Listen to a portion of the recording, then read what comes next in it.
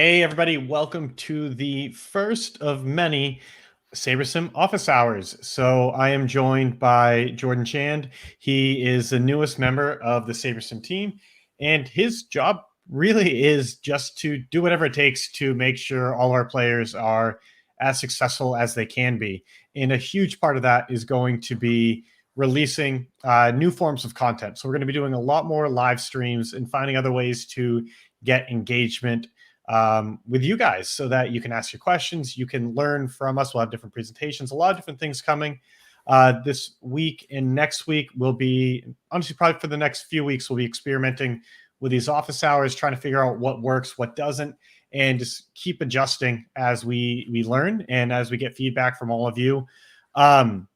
Something that will be coming in a few weeks is during this time on Thursdays. So whenever we're doing the office hours on Thursdays, those will be a strategy session. And what that means is that's going to be when Jordan and I will typically be joined by someone else from the SaberSim team, whether it's Matt, Max, Danny, whoever else we can bring in. We're going to dig into an important strategy concept that we think is really important, valuable for you guys. These are going to be things that we haven't covered that much yet. And so this will be our way every Thursday to dig into that more. But for right now, we're still going to get the basics down. So before we get into those strategy sessions, we'll probably do this for a couple of weeks.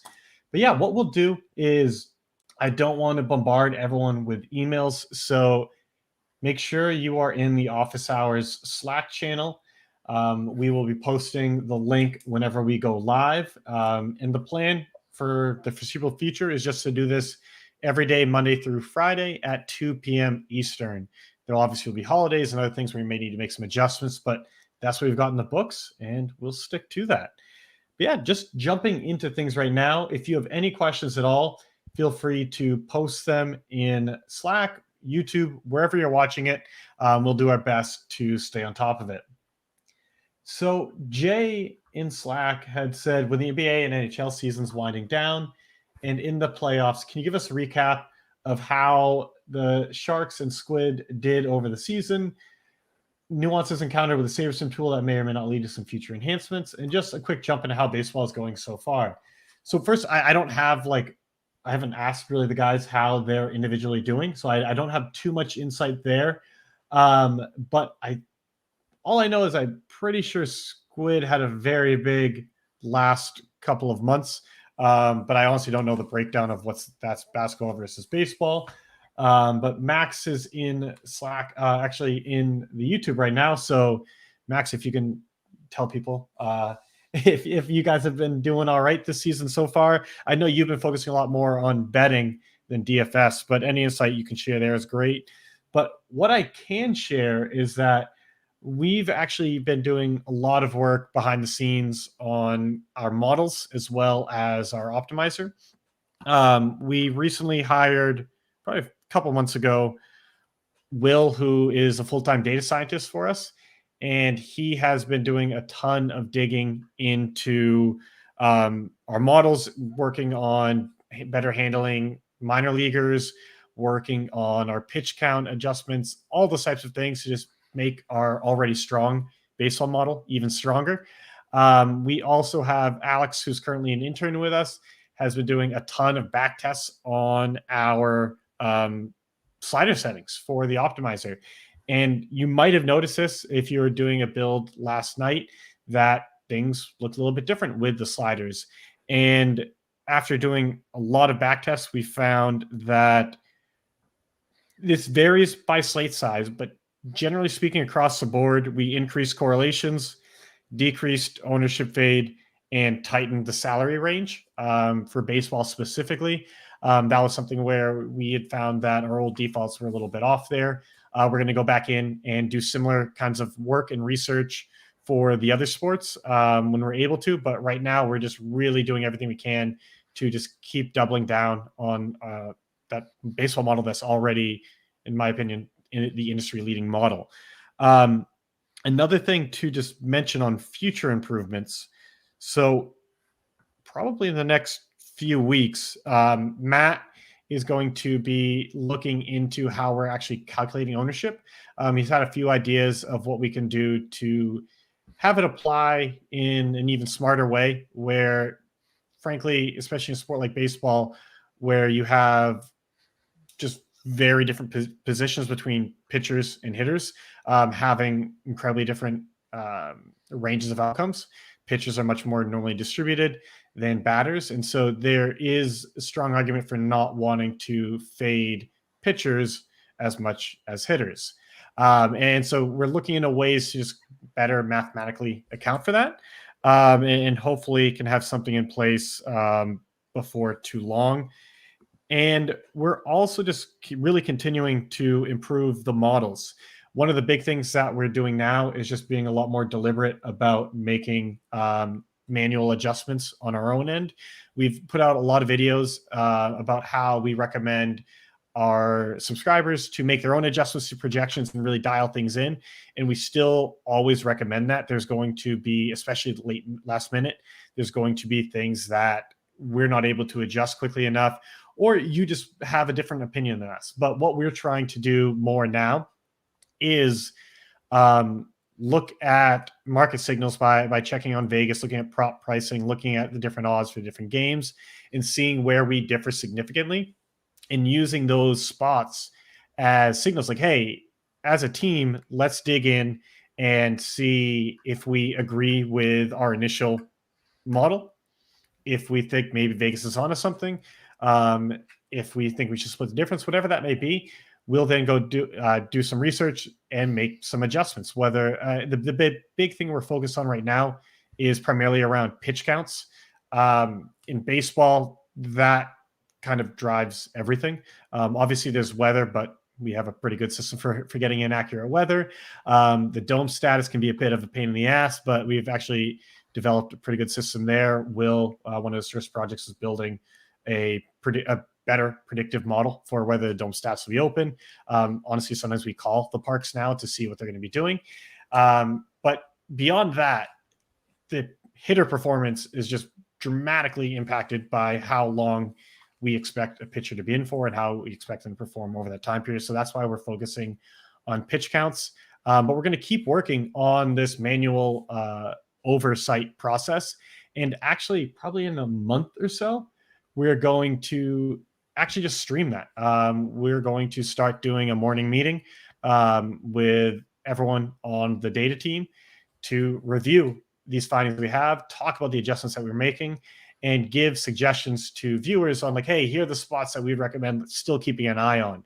We're going to be doing these in the morning because we want all of our players to have as strong of a foundation as early as possible. And just as it gets closer to lock, things are just changing so quickly that it's going to be hard for us to kind of do all of that. And we always do want you guys to still make the lineups your own and still do your own research at the end. So we're going to keep improving the models, keep making everything as dialed in as possible, and working with Jordan to create some more content to help do that as well. Yeah, Jordan, just quickly, anything you want to just add about some of the content initiatives, anything else that we have in the works? Yeah, no, I think that was a really good summary. I'm really excited about some of those projection reviews, live streams that we're talking about coming out here pretty soon. I know a common question that we get in Slack and in support and so on is, just knowing when and how to think about editing those projections in the first step. And what we really want to do is kind of increase a little bit of the transparency we have and the things we're doing behind the scenes with projections, but also give all of our users some additional tools in their toolboxes to make some of those edits their own. So I'm excited. It'd be really helpful, I think, too, to just be clearer about these are the things we're already accounting for. Because I know in support, questions that come in all the time is like, you talk about how to make adjustments, when to make adjustments, but how do I know you're not already accounting for that? How do I know what the model is looking at, what it's accounting for? And this is our way of making things a bit less of a black box and just pulling back the curtain and saying, here, as much as we can, like saying, like, here's what's going into it. Here's where we think we could be off. making the adjustments, seeing how they look after those adjustments, and then giving you guidance afterwards and saying, here's where I would go from here. On that note, on a similar note, actually, Brian just asked, would you stress having a stud pitcher, especially seeing how the ball is not as juiced as it was last year? This is gonna be a tough one to answer, but we try not to have just broad rules of thumbs because it really does matter, all the different variables, and it's really hard to just make blanket assumptions. What I can say is that, and Jordan actually mentioned this to me before we started recording, is that the average DFS player is taking that strategy. The average DFS player is choosing the stud pitchers. Their ownerships, it's taking a while for our ownership models to catch up to this as well. And it's not just us. It seems like that's pretty much across the industry, is that the stud pitchers just get much higher ownership than pretty much anyone predicts. I think there's some merit to that, but there has to be a balancing point where, as everyone starts doing it, it's going to become more of a strategy to not even fade them specifically, but just avoid them. Like, it's not like you have to pick the bats against Scherzer, but you might, and Jordan might touch on that a little bit later, but you just might not want to have as much of him. And that's something to keep in mind. So there's no hard and fast rule on that. It does seem like strikeouts being up, just pitch performance generally being up this season, there is some merit there, but I wouldn't necessarily force it either. It's just, again, something to keep in mind. And Jordan, what are your thoughts on that? Yeah, no, I think you hit the nail on the head. I'm sure everyone watching here has seen it too. The ownership on some of these ace pitchers has at times kind of gotten out of control. When you're seeing DeGrom and Bauer and pitchers like that on 8+ game slates getting 60-70% owned. It's been pretty crazy. So I think at that point, I'm more looking to fade those guys. And I don't think it's necessarily a requirement for, just like you said, Andy, to necessarily stack against them or to leverage in that way. But what I've been doing more is just being aware of where my ownership on some of those stud pitchers is coming up at, where my sometimes capping exposures as needed. And in particular on a night like tonight, for example, where we've got two of those guys right at the top with Scherzer and Kershaw, I'm keeping a close eye on those ownerships as the day goes on. And if one of those guys gets far out in front of the other, I think we've got Scherzer projected at double the ownership of Kershaw right now. Give me Kershaw and I'll take the extra relative edge on the field there. So. Yeah, and I think that's a really good point of there's not always, it's not always as clear cut. There is clear value in having those pitchers who have a high probability of having a great night. But our projections are going to account for that. And I think where the edge can come from is picking between the options and saying, okay, there's 3 great pitchers tonight. Which one is going to have the lowest ownership? And so you can find a way to still get those studs in there without just copying the rest of the field. Then a couple other questions we have from D. Baker. Is it recommended to adjust team scores if you agree with Vegas and your model differs? And so, yeah, that's actually one of the biggest differences between SaberSim and our competitors, is that we make it very easy for you to make aggressive adjustments across the entire player pool by changing the projection for a team. And so what we're doing behind the scenes is simulating all the games thousands of times.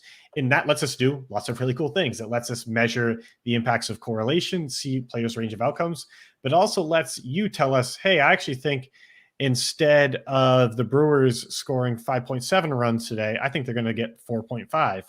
And you can lower their projected run total. And we'll then go in automatically and adjust the projections for all of the players in that game based on the new average that you've put in of 4.5 or whatever it is that you put in there. And so as with anything, there's going to be a balance here where we frankly, we bet significantly ourselves on our model versus Vegas. We do feel like we have an edge there, but there are definitely spots that we're going to be off. Every model has biases and we always work to reduce those, but it's still going to make mistakes. And that's why we're adding more of a manual review process to things. But even then, if you just think we're way off on something, the easiest way to make that adjustment is just to adjust the projected run total or point total for a team. And honestly, like if you are someone who isn't sure where to begin with making your own adjustments to projections, this is by far the easiest way. You don't need to have, when it gets to individual players, I've just found like that's where you have to typically have a lot more research and spend a lot more time just really getting to know all the intricacies to make educated adjustments there. But on teams, I think that's spots where it's not bad to let your gut guide you a little bit more. As long as you have something grounding it, as long as you are looking at Vegas and finding that we're off, as long as you spotted trends where it just seems like we're not picking up on as quickly as you think we should be, and that sort of thing. So making those team adjustments is a great way to really just dial in the projections in the way you see fit. Jordan, was there anything? Do you often like adjust team totals, or what's your approach there? Yeah, I think looking at Vegas is a really great way to start some of your initial research for a slate. Picking out some of the spots where SaberSim maybe is further off from what Vegas is predicting is a good at least way to raise a flag of something maybe you should take a look at. What I may sometimes do is if I'm seeing, the Brewers are a good example on tonight's slate. I know there's some weather concerns in that game, but we are quite a bit higher than Vegas right now. One thing I might do there is just running some test builds where I kind of split the difference between Vegas's total and ours. I don't want to completely give up some of the edge that we might have on the field being higher on a team like the Brewers by just going immediately and dropping it to what Vegas's implied run total is. And the one thing to note there too is you mentioned it, a lot of models are built using Vegas run totals, and a lot of people build lineups just looking at Vegas totals. So you should be prepared and understand that when you're adjusting team totals to get a little bit closer to Vegas, you're really pushing yourself closer to probably what a lot of the field is going to do. So just make sure that your lineups are still well differentiated there, and that you're getting some edge on the field. So right. Yeah, and our real thought about this is using it as quality control, using Vegas as that point of reference to say, okay, like here's how I'm going to narrow down the spots where I'm going to look into. Let me start by looking at the spots where we're way off. And this is one of the spots where having our sports betting package is really useful, because you can just see what are the games that we have big bets on, and what bets specifically. And honestly, and that's how you can tell like quickly how far off we may be. Usually I say anything like 2 units or up is a reason to be cautious.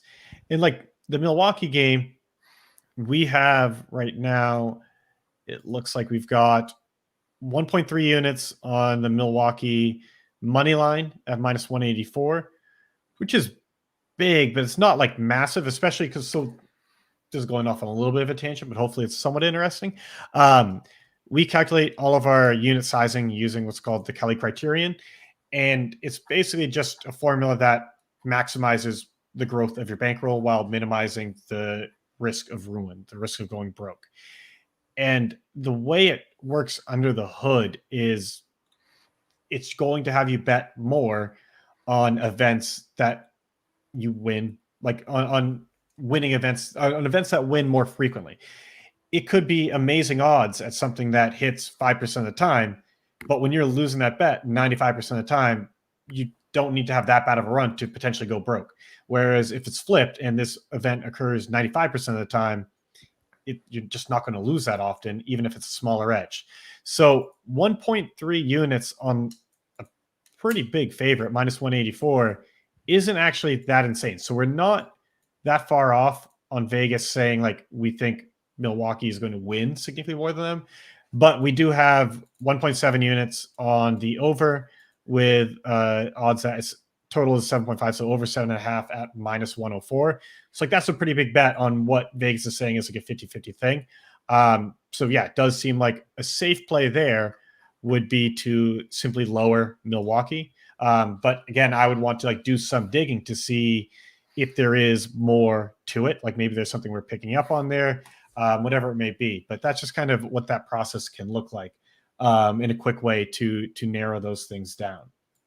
And definitely keep an eye on weather in that game too. Yeah. We've been talking a lot about it. It is pouring there, so keep an eye as we get closer to lock on that. And so Marbrand asked, you said the sliders were changed to less ownership fade and more correlation. Was it more that the winning lineups were more chalky, or was it more that the min cash and GPP was more chalky?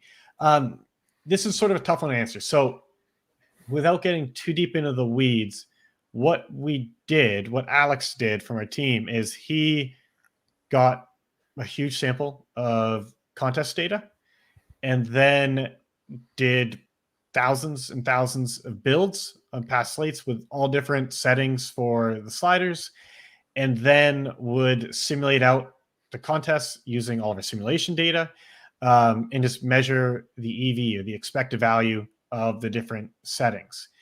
And so it's hard to read too deeply into why the results are what they are, but we feel strongly that these sliders produce better results over a significant sample size.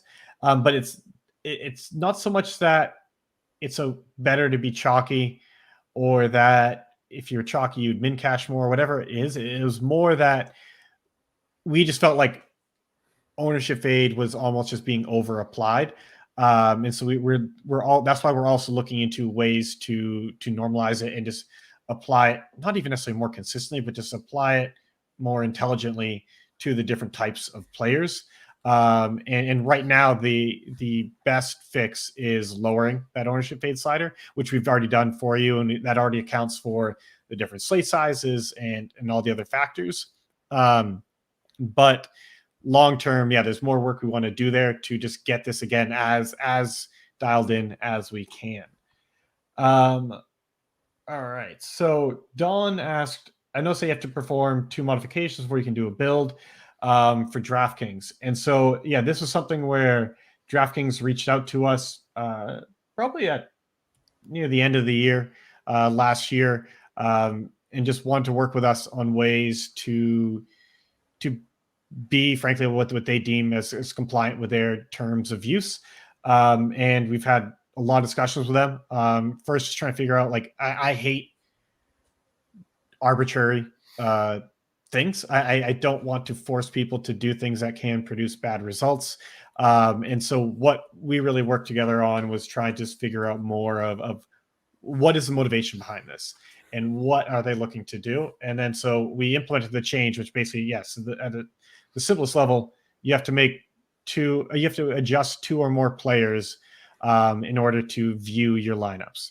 And so we wanted to be sure that you could still do a test build without any adjustments and see the exposures, because that's going to be one of the best ways to just narrow down your research. But we respected their opinion of saying we don't want people just to click a couple buttons and effectively buy lineups from a single provider. And we get it. We don't work like traditional optimizers, so it's not as though our users are all getting the same lineups, but it's still a concern.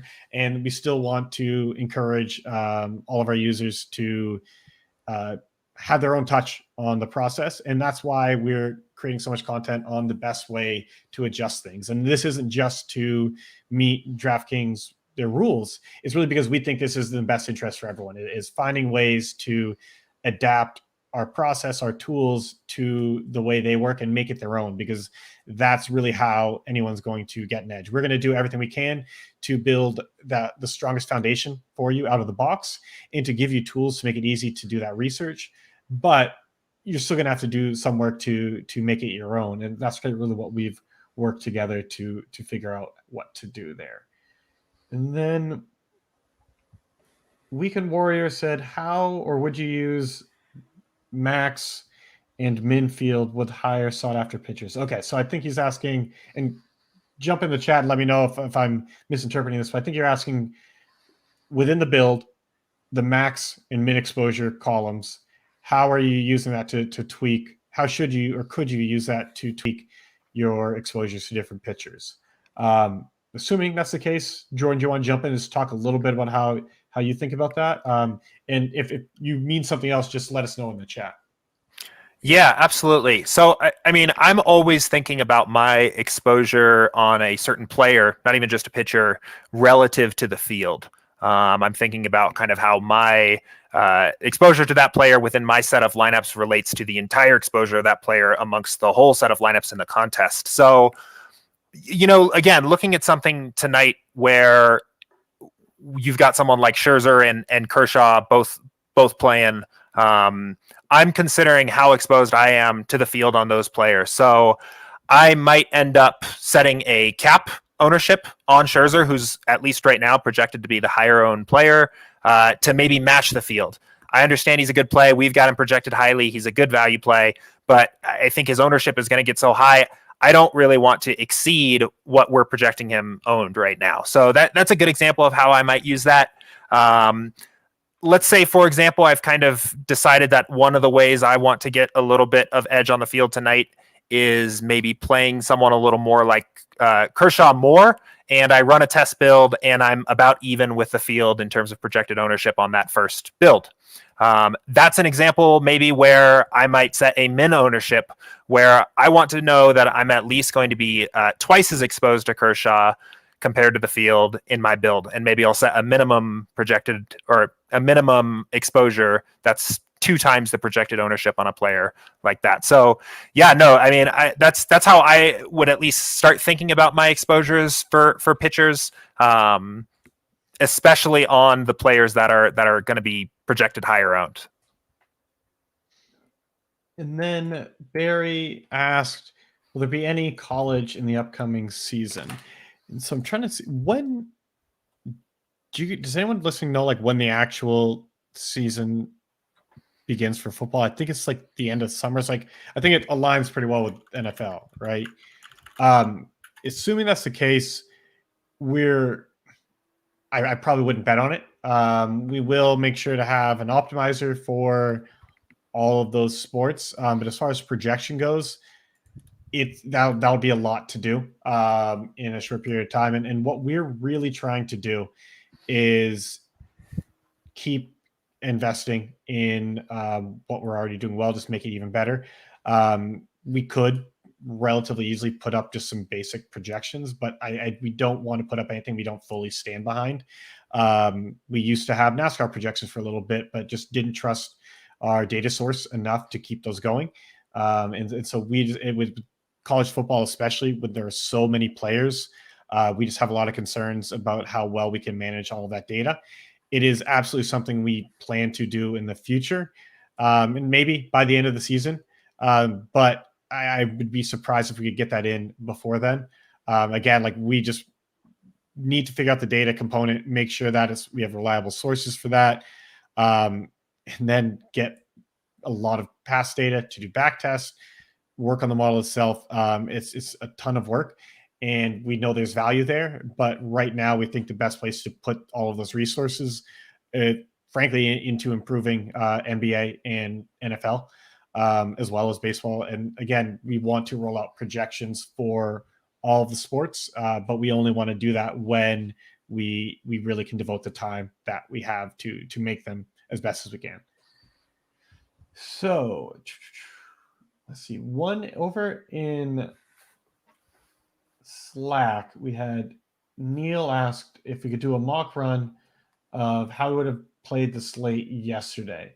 And so Jordan and I actually talked about this. And one thing that we're really cautious of is we don't want to tout. We don't want to say like, these are the plays for the night, this is that, because our entire approach is data driven. We have built the simulation models that we have because that gives us access to data that goes well beyond averages.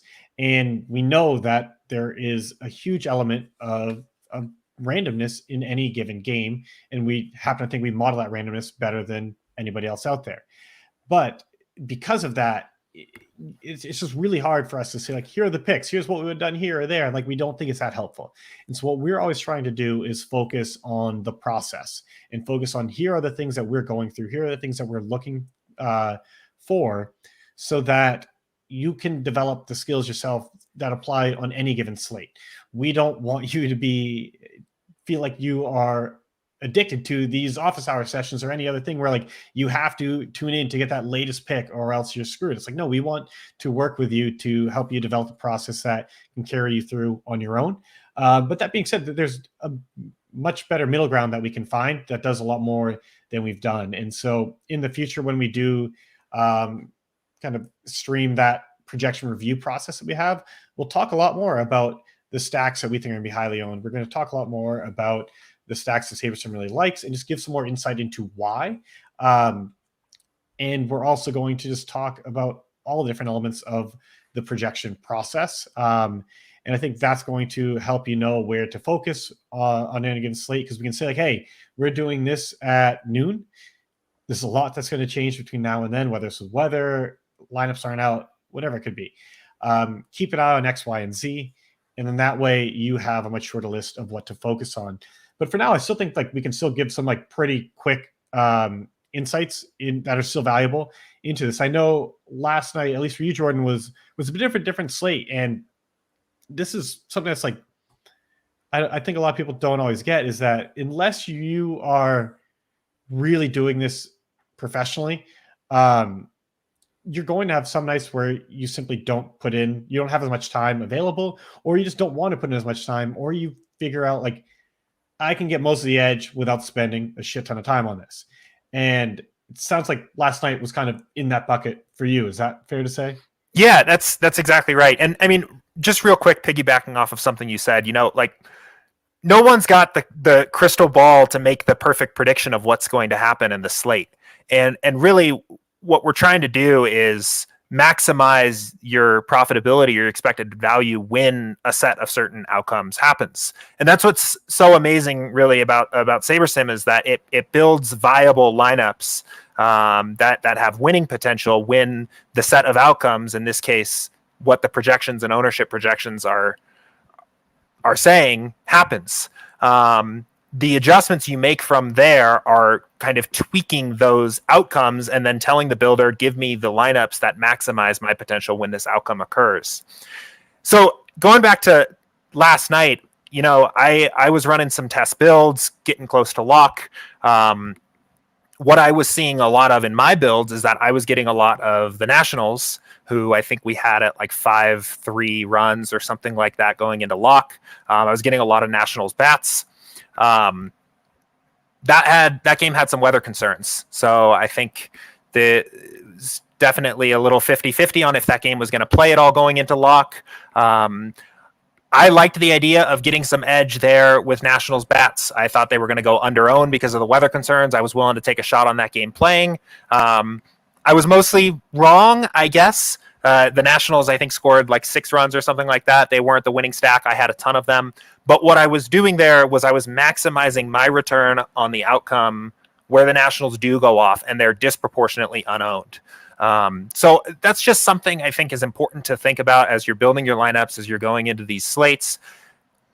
Don't feel like you need to make predictions necessarily of trying to read the future of what's going to happen. You're trying to really maximize the outcome or the profitability when those outcomes do occur. And that's what SaberSim really makes so easy with the builder. So yeah, and like to just elaborate on that, and I guess put it in different terms, like what you're basically saying is that, okay, I can, on a normal slate, say there's no weird considerations, whatever, for me to get my edge, I'm going to make a handful of adjustments. I'm going to really dial my exposure. I'm going to do this. I'm going to do that. It's going to take some time. But like I need to pick up all these small edges along the way.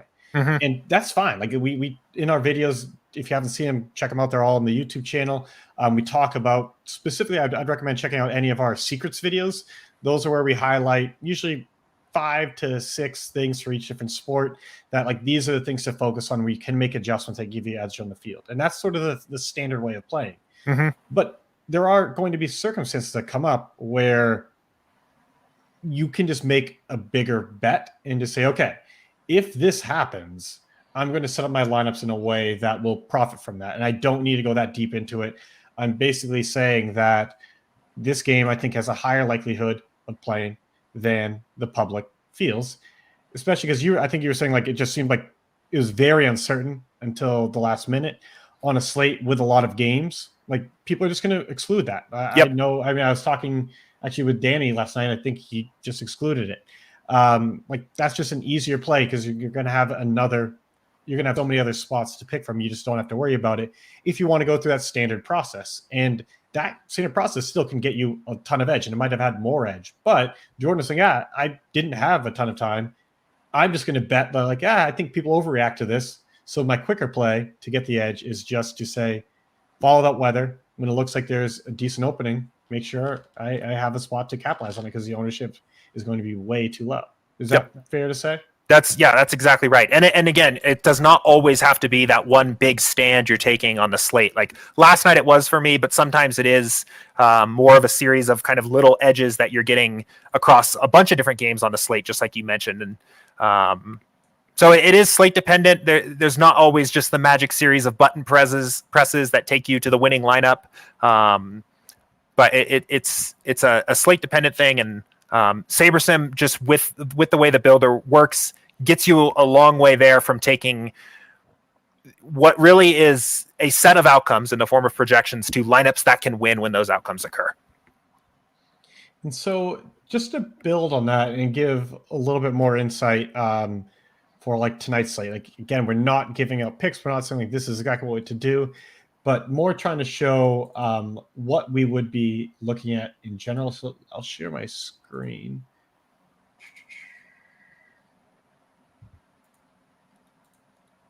All right, let's toss that up there.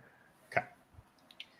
So be sure to check out, if you click on these tooltips, we have videos walking through the basics for each of these steps. Those are always going to be a good refresher. We also mentioned some of our videos that go a bit deeper into things, and we do have a lot on adjusting projections. So always look at those. But just for a quick review while we're here, there's a few things that we look at before even doing a test build, which I still think is probably the best way of doing this.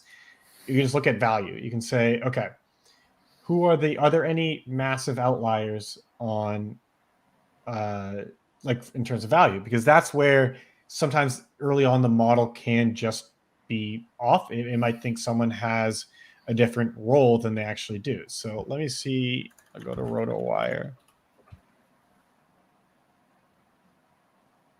That's for Seattle. Yes, I mean, he's expected to start, but it's still, he's expected. We're not sure there, and he's super low salary.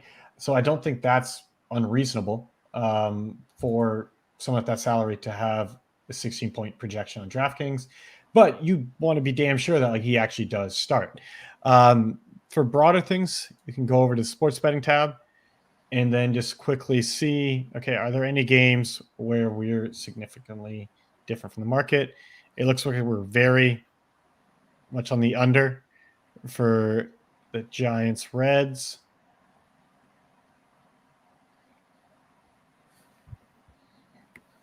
A bit on the under here. Kind of on Yankees Texas, but I'm not that concerned about that. Yeah, that Milwaukee game that we mentioned before. Honestly, it's probably the one that jumps up the most, and then Dodgers. So those are all spots where it's like, okay, if I were going to be doing my research right now, I would want to look into this a bit more. I would look at some of those individual player projections. I would see, does this jibe with what my own opinions are on this? And if I had very little time and wanted to play it perfectly safe, you can just adjust these down to fit what Vegas says. And again, I don't like doing that because we're intentional that we're different than Vegas. Vegas is not a factor in our MLB model. And it's something that we pride ourselves on, but you just have to be careful there. So that's where like just looking at some of the matchups, look at some of the stats, you can kind of make up your own mind on which side of the coin you fall on. I think a safe play is splitting the difference. But if you just hate our side of it, just match Vegas, and it's hard to go that wrong with it. Just know that you're going to get a little bit chalkier when you do that. But then all you're trying to do here is what we call a test build, which I'm usually just going to do 150 lineups, but I'll try to pick like a middle contest, like something in the middle of what I'd be entering that night, even though I'd still build 150. And then this will just get me a quick look at, okay. And this again is why we don't like stressing individual picks, or, oh, we really like the stack, or, oh, we really like that, don't like this one, that sort of thing, because it so much more than that matters. You really just have to look at all of the variables that make up a lineup. And you have to look at saying, okay, just because I like this team, that doesn't mean I should get them 100%. And what do these actual projections translate into for exposures? And that's where I think a lot of the traditional tools, but really the traditional touts go wrong, is that very rarely is someone going to be, especially in a sport like baseball, going to be a true lock. There can be players you want a lot of exposures to. And as you're building, if you're only building a few lineups, sure, you might want to have those locks of the night or whatever it is. But that's not the way we recommend playing. We'd rather that you put in 20 or 50 or 150 lineups at the lowest stakes you can and really spread out that risk. That's how you're going to just lower your variance and make sure that your bankroll can withstand the ups and downs of DFS, so that you're able to grind it out until you get one of those big wins. Yeah, so I just look at this and say, okay, based on, I'll look at pitchers first, just based on the field, are there any spots where I'm way off? And yeah, it seems like we're getting a ton of Scherzer. That's the one that jumps out the most to me. So that's a spot I would look into. And again, it's just finding those things that jump out at you. Like I was saying before, where we're building out these reports to just alert us on these are the spots to look into. These are the things to do a little bit more research. That's just how we view this test build process. It's doing a quick look to see what seems off, what doesn't line up with everything else. And it's not to say that it's wrong, but that's just how you quickly narrow down where to focus. Pitchers are a great one. I don't usually look a ton at individual batters, maybe for just like one-offs to see if there's any like just random people in there, especially like maybe at the bottom of the order, whatever it could be. But I'll look more at the stacks, because in baseball, like that's how we really want to think about the batters. And yeah, we're getting an insane amount of Milwaukee. So that goes along with what we were saying before, where yeah, like they were very highly projected, and it shows. Like this is why we're getting so much of them. So we want to be cautious there, and probably look into a few of these other ones, but also assuming you come in having some sort of opinions on the teams you like, the matchups you like, see if there's any teams that don't show up. And I remember, Jordan, you had mentioned earlier, like you thought the Cubs could be an interesting play for some percent of your lineups tonight, right? Yeah, exactly. So, I mean, one of the things I was looking at with maybe being a little under the field on Scherzer early on this slate is, do I want to maximize my leverage against Scherzer by putting in some Cub stacks? And we're seeing here that it's not something that's showing up. So, I mean, this would be an indication to me, at least what SaberSim wants to do kind of out of the box, is be over the field on Scherzer, and there's no Cub stacks showing up. So it might be just at least one of the first indications that maybe I don't need to get that maximum leverage against Scherzer, but instead what I'm doing is just capping his ownership or something like that, or excuse me, capping my exposure to him on the max end. So, yeah, and I think this is an important point, is that when people think about the locks, or they think about the best stacks and this and that, they think in two absolute terms. And I really strongly feel that it produces worse results, because it forces you to just think in terms that are way too arbitrary. Like, even if you hate Milwaukee, if you came into this thinking you were going to get none of them, and SaberSim said you're going to get 100% of them, yeah, we're obviously different. But you can't just you shouldn't, in my opinion, just completely throw out what SaberSim is trying to tell you. And that's again what makes us different, is that all of that simulation data we have is being used while we generate your lineups. We're looking at correlations, we're looking at the range of outcomes, and we're also factoring in ownership. So sure, this is almost objectively too much of Milwaukee. that doesn't mean you just cut them out. Like, even if you hated them, that doesn't mean you shouldn't get any of them at all. And so this goes back to the splitting the differences. Use SaberSim as sort of an advisor of saying, hey, these are spots you might not have thought about, or it helps you question the places that you felt really strongly. It's just drawing them back in by giving you another point of reference. But yeah, so I'll stop sharing that and jump back over into YouTube. All right, and so there's a few other questions. Brock said, if I were building 10 to 15 lineups for NBA, is it best to first sort by Saber score and then select the best lineups based on projected score? Or should I be doing the opposite? And so, Brock, to give it, this is a question that comes up a lot, is just what are the differences between projected score and Saber score? How does the sorting actually work? And so the point to be clear on is that whatever you choose, we are not changing the lineups in your lineup pool. When you build lineups with SaberSim, we will build, say you request 150, we'll build you 1,500 so that you have a pool of strong lineups to choose from, and we can almost instantly let you adjust your exposures. And we'll go through that pool and find the best set of lineups that match exposures you're asking for without having you rebuild over and over. And so when you change the sorting, it really is just that. It just changes the sorting. And so what we have it set up to do is, if you sort by Saber score and two lineups have the same Saber score, we will use as a tiebreaker the projected score.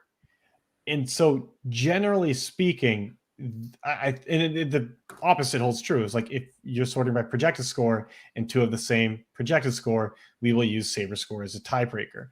And I think generally speaking, I wouldn't choose one option, and then I wouldn't choose projected score and then look for the top Saber score lineups out of that. Nor would I choose the best. I would choose Saber score sorting and choose the best projected score, because if you want the best of either of that, just sort by that, because you're not going to get, like, it's not going to rebuild lineups or anything around that. So at a simple level, I would just try to pick which method you want and go with that one, and just go with those lineups. And to go a little bit deeper, I mean, there are nuances here, but broadly speaking, I feel very comfortable saying, like, unless you are playing cash, it's going to be a good option to sort by Saber score. I think in a sport like NBA that has more normally distributed outcomes, meaning like the range of outcomes looks like a bell curve, which means, say someone's projected at 30 points. They are just as likely to get 40 points as they are 20 points. And in those cases, averages are quite accurate. And so using a purely projected score, especially when correlations aren't super strong, isn't a horrible idea. For a sport like baseball, though, I would frankly almost always use Saber score. I guess if I was doing cash, there's merit to projected score for sure. But in a GPP, when the range of outcomes doesn't look anything like a bell curve, I would just be using Saber score. I hope that helps. But Jordan, do you have anything to add to that? No, the only thing I would really add is, when you sort by projected score, you can sometimes see your player pool condense a fair bit, just because if there is a player that projects point per dollar really well, regardless of what that player's projected ownership is or how they correlate to other players in the lineup, there's going to be enough lineups in a build of, say, 1,500 lineups where once you sort by projected score, it's just going to find every lineup that has that player and throw them in. And in something like NBA, a lot of times you're going to have a ton of exposure to that player anyway. But in a sport like baseball, like you mentioned, you should be wary of that. Like a batter that has a slightly better outcome and a slightly lower salary sometimes is going to have a much higher point per dollar value and then get thrown into a ton of lineups when you sort by projected score. And just be careful with what it does to your exposures and your overall size of your player pool if you sort by projected score. And then Jeff says, for 150 max, 10,000 plus entry contests on DraftKings, Should I force 5-man stacks or go with what SaberSim allocates on stack types? Concerned I'm over tweaking. I would guess you might be over tweaking. Typically, if you think you are, you probably are. But like around this, so honestly, the contest size matters. But what we found in our research is that the slate size matters more. The larger the slate, the bigger the stack you typically should have. I don't know if I would necessarily force 5, but it's probably not horrible. But like on a big slate, I would want pretty much at least a 4 stack at the very you want to like I wouldn't be looking smaller than that by any means. And that being said, though, I would expect, especially with our adjusted sliders, I would expect you to be getting those. So if we're not, I would check out some of those lines that are building that don't fit that and see if you can find like good arguments for them working in there. If they keep coming up and you don't think those are good fits, then yeah, you can put in a stack rule of at least 4. And that's probably going to be a decent fit. And then you can kind of clear out in the exposure some of the other ones. But generally speaking, we feel pretty good about the current slider settings producing good slides. I'm not going to say it's absolutely perfect because there's always room for improvement. But if you find yourself spending a ton of time on that part of the process, I would say that you're probably tweaking it a bit too much. So yeah, just keep that in mind. Then we have another one from Dawn. Do you recommend that we do a separate build for every contest that I enter? So actually, first, I want to point out we didn't do a great job of promoting it, but we do have a course you can find. I'll share it in the Slack channel. I just put together a course on covering several lessons around creating daily fantasy baseball, how to build a winning MLB DFS process. So let me post that into Slack now. In this, like we get very clear, especially like the bankroll management and contest selection touches it, but also which is section 2, but also section 5, actually building your lineup touches it as well. In short, it goes back to just always being a balance where what we always recommend doing is saying, okay, here's the amount of time that I have to focus on DFS for the night. How can I take that time and apply it to the areas where I can add the most value? With traditional optimizers, you have to spend, regardless, a shit ton of time setting a bunch of rules and just doing a lot of busy work. And we have done a lot of work on automating that away. There's still going to be work you want to do to add more control of the process. But it's figuring out of what's left for me to do, where do I add the most value? Broadly speaking, we think it's adjusting projections and dialing in the exposures. But you probably shouldn't spend hours and hours on either side of it. And so if you have a lot of time, that's when you can look at doing more builds that are a little bit more granular. And so what I start out by doing is I will, as a rule, if I'm playing cash and GPPs, you always want to at least allocate enough time so that you can do a separate build for those. That's like the foundation. If you're playing both, you need to do a separate build for them. Then from there, it's saying, okay, how much time do I actually have? If you only have like 30 minutes on a night, I would probably just do one build for GPPs, pick the settings that are basically in the middle. So if I have a few single entries, a few 3 max, a 20 max, and a 150 max, I'm probably just going to choose the 20 max as the contest. And you're theoretically giving up some edge by not dialing in those settings for the exact contests that you're building for. But it's not going to be a major factor. I'd much rather spend that time really getting the projections and the exposures right. But if you do have enough time, then yes, I would do a separate build for 3 max and for single entry and for 20 max and 150 max. But I almost never would go so far as actually doing a separate build for each individual contest. Like if I have 2 3 maxes or maybe even like 5 3 maxes, like I'm still going to do one build for that. And I will just put in the number of lineups to match however many entries I have total in that.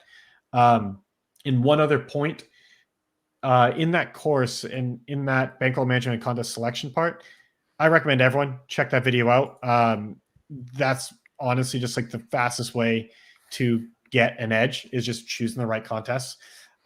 Most people don't play the right contests, and so they're super high variance against much harder opponents than they need to be. So that video just lays out the step-by-step process of choosing the best contests to play.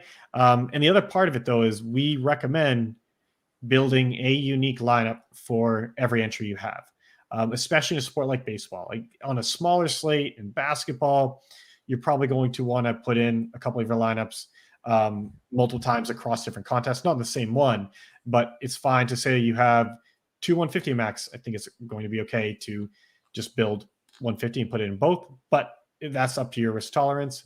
But in a sport with so many combinations and with such high variance like baseball, to reduce the variance, you just want to have as many unique lineups as you can. And so that's the one thing we do recommend with the builds is keeping that in mind. On that note, was there anything you want to add on that, Jordan, before we sign off? I mean, just a couple things. One, I would always check, like, just see what the default sliders look like for different contests that you're entered into too. Sometimes the difference there isn't that extreme, and it feels pretty easy to just split the difference or pick one or the other and just do your full build from there. Also, I always like to take a look at my entire contest mix and just see if there's any kind of broad groups that make sense. A lot of times I'll end up grouping all of my single and 3 entry maxes into one build, and I'll group all of my 20 and 150 maxes into another build, and then build those and assign those both unique lineups into each contest. You can also do it by number of entries. Like if you're playing a full suite of contests between single entry, 3 max, and 20 max, but everything is 1,000 to 10,000 total entrants. A lot of times you can find a good middle ground there where it's a set of sliders that fits, and you just build a single build from there. So that would be the only thing I add on there. Yeah, no, that's a better point about how to differentiate it. Is really what you're trying to say is, okay, if the sliders are just a tick or two left or right, and that's it. Like, sure, your lineups will be different, but that's all a matter of time. If you have plenty of time, do different builds. But if you don't, you're trying to just see what contests you can group together that have similar default slider settings, because then it's just not worth it to make different builds. Yep. But yeah, guys, this was our first office hours. We'll keep doing these Monday through Friday. In that Slack channel, post questions. It doesn't need to be right now, but whenever they come up, post them. We'll probably answer some before we get to these, but we'll go through that every morning, every afternoon, and answer those here. And you can always tune in live and ask them then. But yeah, let us know what you think. If you have any suggestions, any feedback, always happy to hear it. But thanks for tuning in. Yep. Thanks, everyone.